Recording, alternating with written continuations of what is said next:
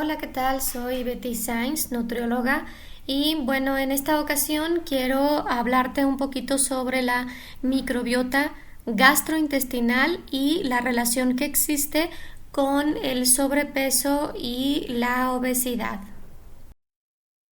Bueno, y también tenemos lo que es el microbioma, que son todo el conjunto de genes.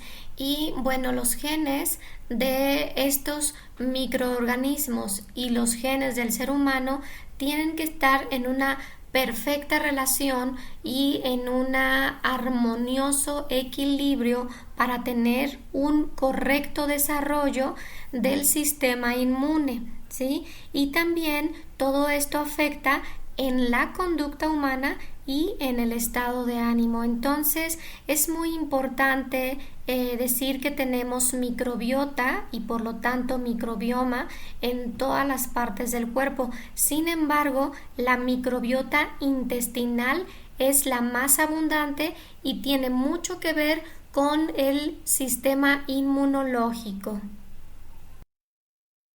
Otra cosa que debemos de tener en cuenta es que un correcto establecimiento de la microbiota intestinal resulta muy importante y es crítico para la posterior homeostasis o equilibrio y salud del individuo.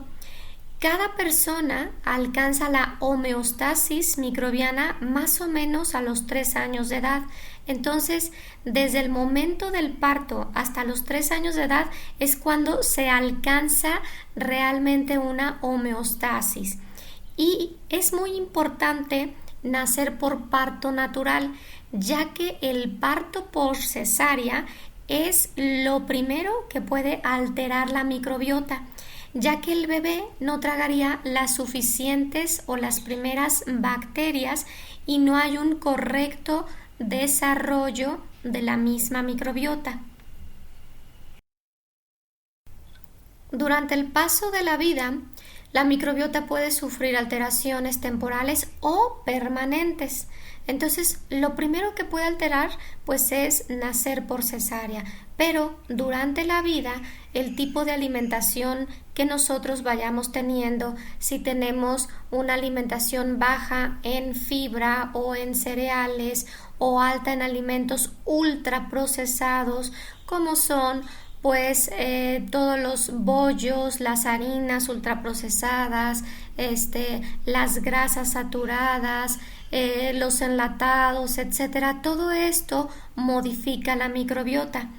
Y también las infecciones que vayamos teniendo a lo largo de la vida, algunas enfermedades y por supuesto la ingesta de antibióticos. También eso altera la microbiota intestinal y por supuesto el estrés. Entonces es muy importante que en nuestra vida nosotros vayamos corrigiendo. Si tenemos alguna infección y tuvimos que tomar algún antibiótico, bueno, pues vayamos corrigiendo nuestra microbiota con suficientes prebióticos y probióticos. De esto vamos a hablar poquito más adelante, pero también modificando el estrés.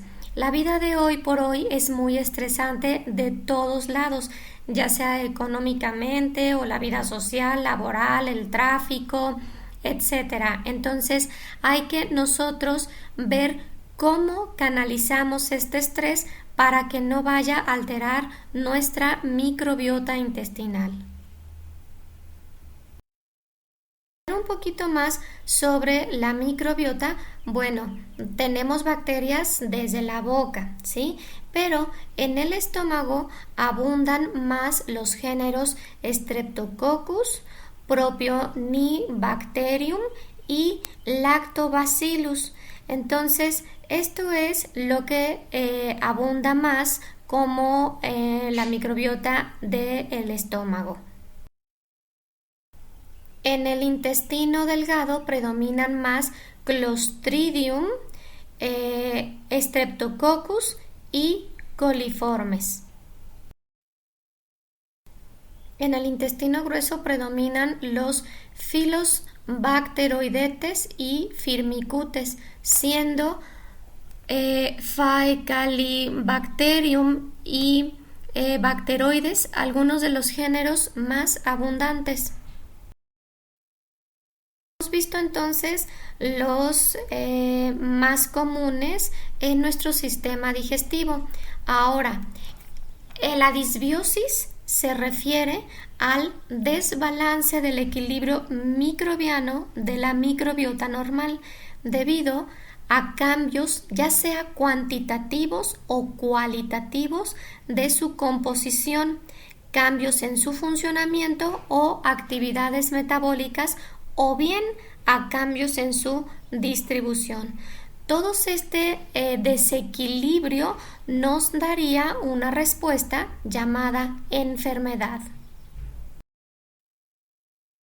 Y una de las enfermedades ocasionadas por el desequilibrio de la microbiota, bueno, pues es la obesidad.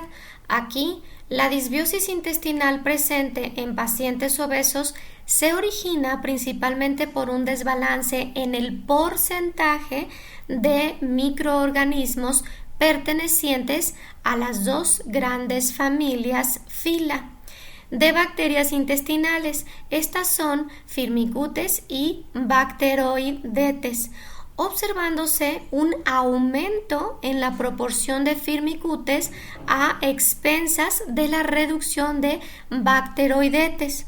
Entonces, la absorción de la grasa saturada está relacionada con el género Bacteroides, mientras que una dieta rica en carbohidratos fomenta el crecimiento del género Prebotella. Pacientes con obesidad y diabetes tienen diferencias notables en la microbioma, remarcando alteraciones de estas dos familias de bacterias. Quiero comentarles que varios estudios demuestran que una mejoría en la microbiota intestinal se asocia con pérdida de peso en el paciente obeso.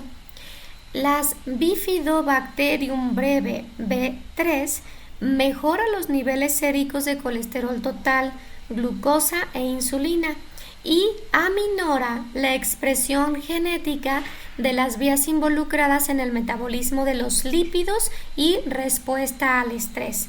Además, reduce la masa grasa y la expresión hepática de proteína prooxidante gamma-glutamiltransferasa y moléculas proinflamatorias como la proteína C reactiva de alta sensibilidad. Es por ello muy importante pues que debemos de tener control sobre nuestra microbiota intestinal. ¿Y cómo podemos tener ese control de la microbiota intestinal? Bueno, primeramente los alimentos prohibidos si tenemos disbiosis intestinal, bueno, los vamos a ver, pero primeramente, ¿cómo puedo yo saber si tengo disbiosis? Bueno, si tenemos síntomas como diarreas o estreñimientos o distensión abdominal, o si me duele mucho la cabeza, migrañas o tengo una digestión pesada, bueno, entonces muy probablemente tenemos disbiosis intestinal. Y aquí no se recomendaría consumir pues la bollería industrial, alimentos ricos en grasas trans, carnes ultraprocesadas como embutidos y salchichas, jamones, etcétera, y los alimentos que tienen demasiada azúcar añadida, refrescos, jugos industrializados, etcétera. Pero, ¿qué es un prebiótico y cuáles debo de comer para mejorar la microbiota intestinal? Bueno, primeramente quiero decirles que los prebióticos están constituidos por moléculas de gran tamaño que forman parte de la fibra de los alimentos.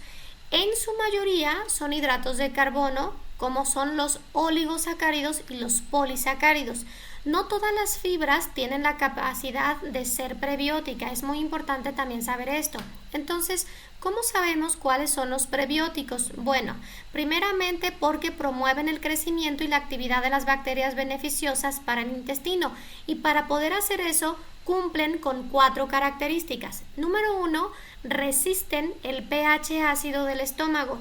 Número 2, no puede ser hidrolizado por enzimas ni ser absorbido por el tracto gastrointestinal para llegar así intacto a la zona residente de la microbiota del colon.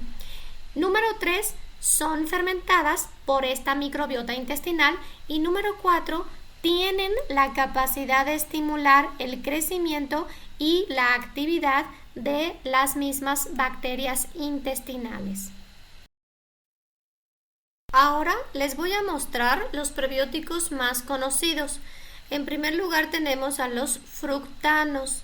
En esta categoría se incluye, por ejemplo, la inulina y la oligofructosa. Y bueno, lo podemos encontrar en su mayor parte en las frutas, pero también lo podemos encontrar en estos vegetales que estamos viendo, principalmente pues los espárragos y el ajo. Son muy buenos y altos en este tipo de prebiótico. A continuación tenemos también el otro grupo de prebióticos, que son los galacto-oligosacáridos. Estos son productos de la escisión o división de la lactosa. Son capaces de estimular enormemente la bifidobacteria y lactobacilos, y en menor medida, pero también los estimulan a las enterobacterias, bacteroidetes y firmicutes. Entonces es muy importante tomar también lácteos, productos lácteos en nosotros para poder tener una actividad en la microbiota importante. Grupo de prebióticos los podemos encontrar en los almidones y oligosacáridos derivados de la glucosa. Estos ayudan a mejorar la salud por la medio de la producción de un elevado nivel de butirato, mayormente por varios grupos de firmicutes. Estos los podemos encontrar mucho en los almidones, por ejemplo en los camotes, pero también trae este tipo de prebióticos la cebolla y el ajo. Y finalmente, otros prebióticos vienen en los oligosacáridos no carbohidratos. Por ejemplo, dentro de este grupo serían los flavonoles, capaces de estimular las bacterias ácido lácticas, y algunos otros oligosacáridos como los pécticos, que son aquellos derivados de las pectinas. Entonces todo esto lo vamos a encontrar en algunos alimentos como el aguacate, las semillas, el cacao, los arándanos, también en lo que es la cúrcuma, en algunos tés, en el jitomate, en las manzanas, en el brócoli. Entonces tenemos que consumir gran cantidad de verduras para poder tener todo este tipo de prebióticos. Finalmente te quiero decir que hay que cuidar tu microbiota intestinal. Entre mejor comamos, más frutos, verduras, todo esto crudo, gran cantidad de cebolla, de ajo, de alimentos pues realmente vivos, nos van a ayudar mucho a bajar de peso. ¿Por qué? Porque nuestra microbiota intestinal va a estar mucho más sana. Cuídate.